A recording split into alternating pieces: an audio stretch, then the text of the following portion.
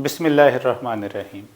मैं हूं शाहिद नज़ीर और आप देख रहे हैं मेरा यूट्यूब चैनल मेरे संग। दोस्तों, आज हम आपको बताते हैं कि अगस्त के महीने में बिजली के ज़्यादा बिल क्यों आए और फ्यूल प्राइस एडजस्टमेंट क्या होती है। इससे पहले इतना ज़्यादा बिजली का बिल क्यों नहीं आता था। जैसे इम्तिहान में तवक्को से ज़्यादा नंबर आने पर रिज़ल्ट कार्ड को कई मरतबा गौर से देखने पर भी यकीन नहीं आता कि क्या ये मेरा ही रिज़ल्ट है।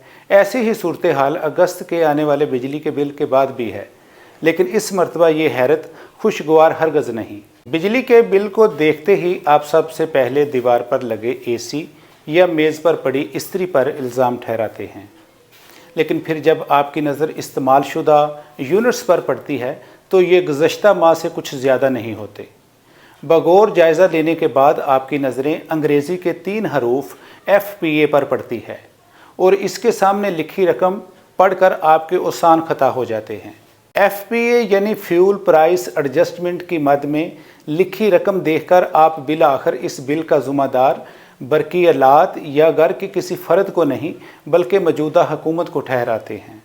और अगर इस माह मजमूई फ्यूल कास्ट रेफरेंस कास्ट से ज़्यादा हो तो आपके बिल में फ्यूल प्राइस एडजस्टमेंट की मद में इजाफा हो जाता है, जबकि अगर इसी माह की मजमूई फ्यूल कास्ट रेफरेंस कास्ट से कम हो तो फ्यूल प्राइस एडजस्टमेंट की मद में कमी आती है। इसे फ्यूल प्राइस एडजस्टमेंट कहते हैं। पहले हुकूमत की जानिब से फ्यूल प्राइस एडजस्टमेंट में सब्सिडी दी जाती थी, जिसके बायस बजट में काफ़ी खसारा आता था, महंगाई में इजाफा होता था और हुकूमत को कर्ज लेना पड़ता था। अब गुज़श्ता 1 साल से ये फ़ैसला किया गया है कि इसे बिल में ही लगाया जाए, चाहे मनफी हो या मुस्बत, ताकि ये एडजस्टमेंट हो जाए। 1 साल पहले तक ईंधन की लागत में बहुत ज़्यादा तब्दीली नहीं आ रही थी, लेकिन गुज़श्ता चंद माह से दुनिया भर में LNG और कोयले की कीमतों में बहुत इजाफा होना शुरू हुआ है। आइंदा महीनों में आलमी मार्केट में कीमतों में कमी आने का इम्कान ज़ाहिर किया जा रहा है, इसलिए इसमें मजमूई फ्यूल कॉस्ट कम होने का इम्कान है।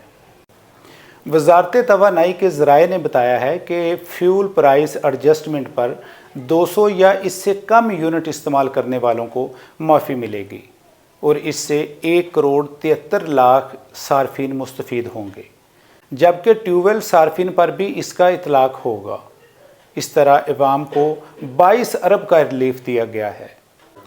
अवाम का कहना है कि फ्यूल प्राइस एडजस्टमेंट समेत दीगर चार्जेस नाकाबिल कबूल हैं। उन्होंने मुतालबा किया है कि बिजली के बिलों पर आयद टैक्स वापस लिए जाएं।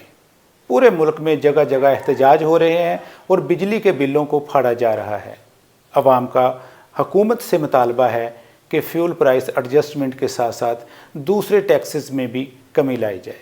दूसरी तरफ देखा जाए तो महंगाई की वजह से अवाम की क़ुव्वत ख़रीद काफ़ी कम होती जा रही है, जिसकी वजह से बिल देने में काफ़ी दुश्वारी का सामना करना पड़ता है, जिसके नतीजे में अवामी दबाव हर गुज़रते दिन के साथ हुकूमत पर बढ़ता जा रहा है।